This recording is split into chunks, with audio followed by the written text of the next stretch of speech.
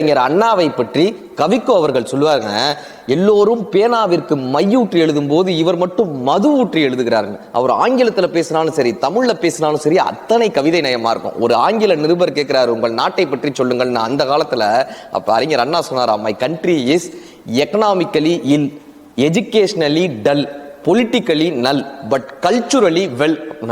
அவருடைய வார்த்தை பிரயோகமே அழகு, சிந்தனை அழகு. பாராளுமன்றத்தில் சொல்றாங்க இந்தி தான் தேசிய மொழியாக வரணும்னு. இப்ப பேரறிஞர் அண்ணா சொல்றாரு, ஏன்னு கேட்கிறாங்க, இப்ப ஹிந்தி தான் அதிக மக்கள் பேசுறாங்க, அதனால இந்தி தான் தேசிய மொழியாக வரணும்னு எல்லாரும் சொல்லும் போது அறிஞர் அண்ணா கேட்டாரா, நம்ம ஊர்ல காகங்கள் தான் அதிகமா இருக்கு, அதுக்காக காக்காயவா நம்ம தேசிய பறவைன்னு சொல்றோம்?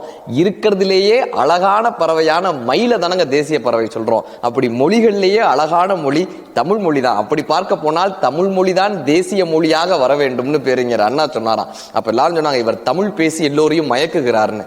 அறிஞர் அண்ணா சொல்றாரு, கிளிக்கு யாரும் பச்சை அடிக்க வேண்டும் என்ற அவசியம் இல்லை, மயிலுக்கு யாரும் அழகு சேர்க்க வேண்டும் என்ற அவசியம் இல்லை, அது அழகா இருக்கிறது, அதனால் பார்ப்பவர்கள் மயங்குகிறார்கள். அதுபோல் தமிழ் மொழி இயற்கையிலேயே அழகா இருக்கிறது, அதனால் நான் சொல்லும் போது அது மயக்கத்தை தருகிறதுன்னு பேரறிஞர் அண்ணா சொன்னாராம்.